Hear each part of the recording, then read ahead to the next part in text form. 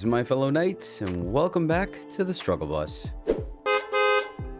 where today we're going to be playing a deck that's able to combo off in 3 different ways for the win.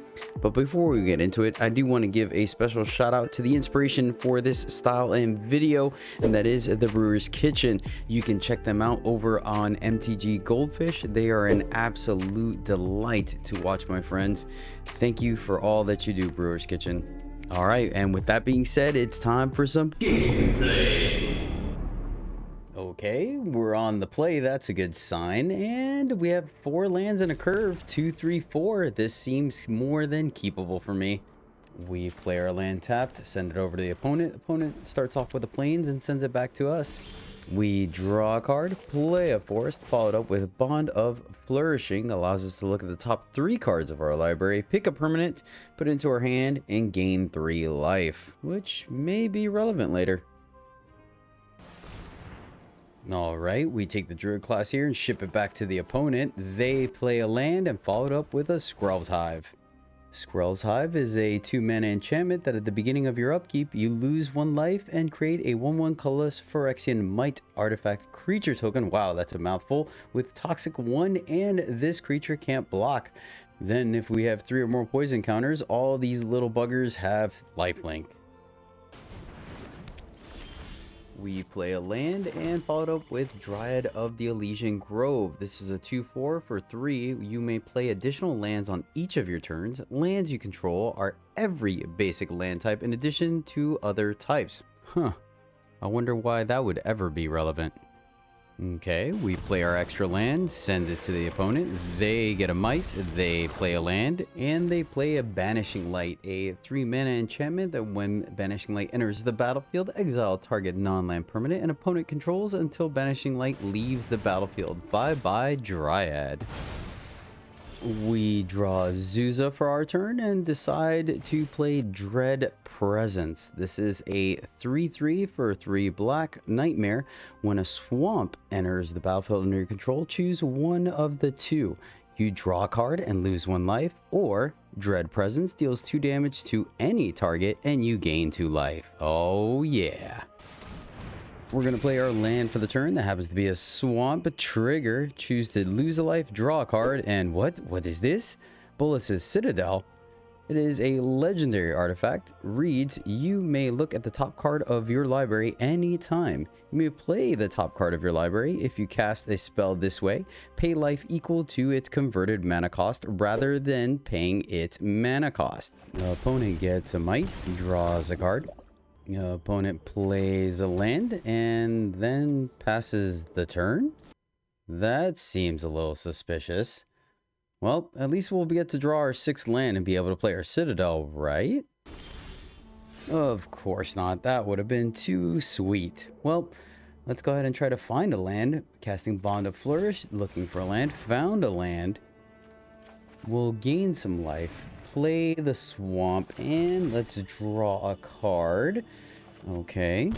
And between Azusa and Druid class, we decide to go with Druid class, allowing us to gain a little bit of life and play some additional lands. Opponent will lose a life, make a Might, draw a card, then play a land, and portable hole away our Druid class. Then send it back without any attacks. Well, draw a card, and we came here to do a thing, so let's play our Citadel and Dread Presence off the top, taking 4, putting it directly into play. Ugh, another Citadel on the top, not exactly what we wanted to see. Alright, play a land, draw a card, and probably ping the opponent, keep our life total up.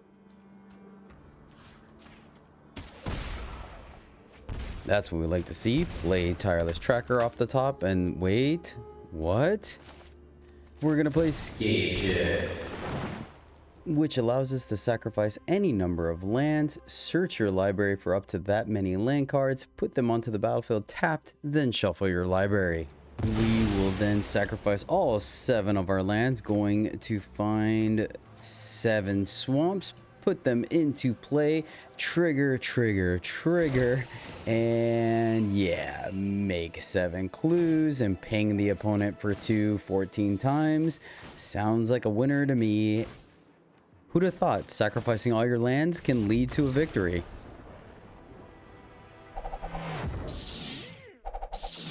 Oh boy. This is a pretty skeptical hand, not gonna lie. But we do have 2 Bond of Flourishing that could be our lands, and then we have our cleanup mechanic with Blood on the Snow, so why not? Everything's content, right? Opponent plays a land, we draw a card. Hey, there we go, that looks a lot better. Play a forest, play our Arboreal Grazer, that way we get to ramp with our tapped land and send it back over. Opponent draws a card, plays a land, thinks about it, and then sends it back. We draw land, and let's start off with a Bond of Flourishing, and, well, yeah, guess we're taking a land here. Play our Fabled Passage, and we're gonna hold off on cracking that. Send it back. Opponent draws a card, plays a Nykthos, Shrine to Nyx, a legendary land that allows them to pay 2 and tap it to add mana to their mana pool equal to their devotion to a color, which presumably mono black, which is pretty scary, not gonna lie. And they're gonna follow it up with a Phyrexian Arena. Oof. This is an enchantment that at the beginning of their upkeep, they're gonna get to draw an extra card for the low cost of losing 1 life. We're gonna take this opportunity to crack our Fable to go find a snow-covered swamp. Seems about right. Put it into play. Draw. Ugh, yet another land. This is looking a little sketchy, guys. We'll start off with Bond of Flourishing, see what we get. Alright, Druid class, Azusa, Many Journeys, and Dread Presence. It's kind of close. But I think since we already have the Citadel in hand, we can get quite a bit of benefit from ramping. So let's take the Saga here. We'll play the land, play the Saga, and play an extra land tapped. And at least now when we untap next turn, we'll have 6 and get to start Citadeling. Opponent loses a life, draws a card, draws another card. Opponent plays a land and then plays a Warlock class. Oh boy. Warlock class is an enchantment that at the beginning of your end step, if a creature died this turn, each opponent loses 1 life, and then pay 1 and a black. When this class becomes level 2, look at the top 3 cards of your library, put 1 of them in your hand and the rest into your graveyard. Well, hopefully we can get them dead before they get to ultimate. After that, opponent's going to send it back. We untap, draw a Blood on the Snow, gain 3 life, and we came to do a thing, so let's get going. Gonna play our Overgrown Tomb, untap, taking 2 damage. Play our Bolas Citadel, and Azusa Saga off the top. Play that, losing 2 life. Trigger, get to play an additional land this turn. Land conveniently on the top of our deck. We'll go ahead and play that. Play an Arboreal Grazer, taking 1 damage, and oh, this is kind of awkward. We don't have another land in hand. Guess we're just gonna have to send it back. Opponent loses a life, draws 2 cards. Opponent activates Warlock class. They get to pick 1 card out of the top 3. 2 go to the graveyard, and they send it back. We draw land. Trigger. Saga flips. Opponent is hesitant for a moment. And, alright, cool. We got our 3/3. And there we go. Infernal Grasp kills the 3/3. Still gain 3 life. Play the land off the top of our deck. And a Boreal Grazer, sure. And we're going to hold on to this land. And unfortunately, the land on the top. Send it back. Opponent loses a life. Draws 2 cards. Plays a land. Activating Nykthos. Casting Underworld Dreams, an enchantment that whenever an opponent draws a card, Underworld Dreams deals 1 damage to that player. We're not planning on drawing too many cards. This shouldn't be a problem. Opponent sends it back. We draw land, take a damage thanks to Underworld Dreams. Azusa triggers, and we get another 3/3. Hopefully this one gets to survive. Land off the top. We'll go ahead and play that. Another Citadel. Alright, well, guess we're taking 6. Oh, we're still at 19. Should be fine. We'll keep the one that's been in play, because why not, right? Gotta keep the veteran. play a Dryad off the top, taking 3. Play a Tireless Tracker off the top, taking 3 more, down to 13. Looking a little sketchy. Infernal Grass going to take down the Dryad. That is unfortunate, but okay, understandable. Zuza. All right, we get to play some extra. What? All right, we're going to cycle away the Citadel. Thanks, deck. Take 1 from the Underworld. Dreams down to 9. Looking a little sketchy. Play a land. Trigger a clue. And Scape Shift. We don't have a way of capitalizing on it, so I think we have to shuffle it away this time, unfortunately. But that's okay. We have more than 1 win con. Grab a Swamp. And there we go. Dread Presence off the top finally. Taking 4, going down to 5. Land. Trigger. Get a clue. And gain a little bit of this life back. Opponent goes down to 11. We go up to 7. And what? Oh no, that's all our land drops. Alright, well, it's unfortunate. Guess we're gonna have to send it back. Maybe. Let's try to draw here. Maybe we get lucky and get to play something else off the top that can let us play another land. So, and another Dread Presence is nice, but not great. Take 1, fall down to 6. Alright, well, we got no choice. Got to play it. Going down to 2. And, well, remember high risk, high reward? Yeah. Well, we definitely can't play the Tireless Tracker here. And I think that is it for our turn. Let's send it back. No point attacking with 0/3s, but wait. Hold on. Remember I said there was more than one way to kill in this deck. We will sacrifice 10 non-land permanents that each opponent then loses 10 life, which means our opponent is going to go down to 1. High risk, high reward, my friend. Sacking the Citadel has done us so dirty. Get 2 triggers off of Tireless Tracker, going to a 6/5. Opponent goes to 1, and then they take the 1 off of the arena for the win. Well, hello, you good-looking knight, you. Just a friendly reminder that if you are liking the video, please do consider liking the video, as it does help me out quite a bit. Maybe even subbing to the channel if you feel so inclined. But that will do it. So now back to the gameplay.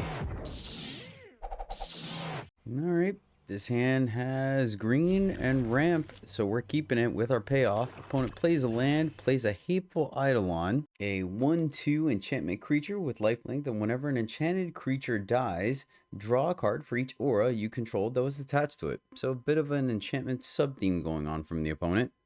Opponent sends it back, we draw a land, we play a tapped land, opponent draws. Attacks for 1, gaining 1, going up to 21. Plays a forest, follows it up with Ephemia the Cacophony, and ends the turn. We draw a card, play a land, play an Azusa Saga, ramp a little bit, and end the turn.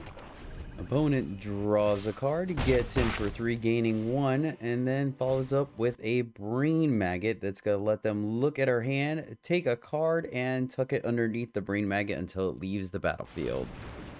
It's going to take a peek at our hand, grab the Blood on the Snow, that makes sense, followed up by playing a Fabled Passage. Ephemia will trigger with nothing in the graveyard, and we draw land, gain 3 life, play our Dryad of the Elysian Grove, and then followed up with not 1 but 2 lands. Opponent cracks Fabled Passage, going to grab a Swamp.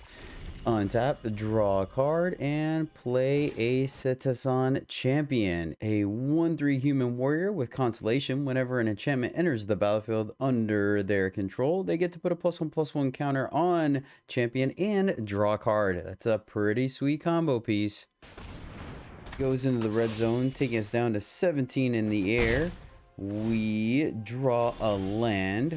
Saga flips. We get a 3/3. Well, alright. Guess we want to play our Citadel, so we're going to play our Takanume untapped as a land. Play Bolas Citadel, and let's see if we get lucky. Land off the top.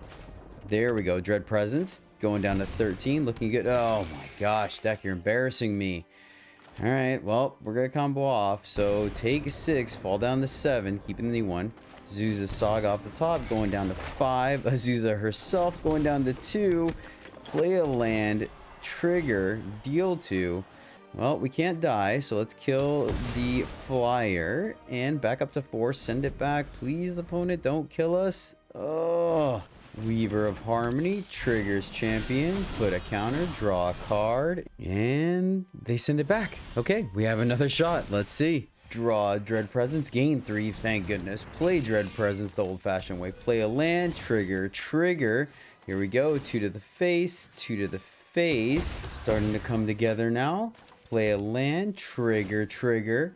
Start cleaning up this board a little bit. So let's get back a card and get rid of the Weavers so they can't double anything. Back up to 15, another land off the top. We'll play this one tapped. Trigger. Let's go face and let's kill the Eidolon. Things are looking pretty good. Play the tracker off the top. Play another land. Trigger. We're doing it. Going off. And yeah, just keep playing some sweet action. Bond of Flourishing, gonna get our life total up. Grab another land, and let's play Azusa Saga off the top. Get to play a land off the top again, and our opponent has seen enough. Well, my fellow knights, that will do it for today's deck. I really hope you enjoyed it as much as I did. Being able to play more lands per turn is one of my favorite things to do in Magic, and the fact that there's a lot of gameplay and decision making between whether to shuffle your deck or to play the top card and take some life or go for clue combo is super neat. I think it has a lot of different facets to it, which makes it enjoyable, and no two games are alike in my opinion. Thank you so much for hanging out to the end of the video. I really do appreciate it. Please do consider dropping a like or a sub if you made it this far. And yeah, I guess I'll be seeing you in the next one. But until then, happy gaming.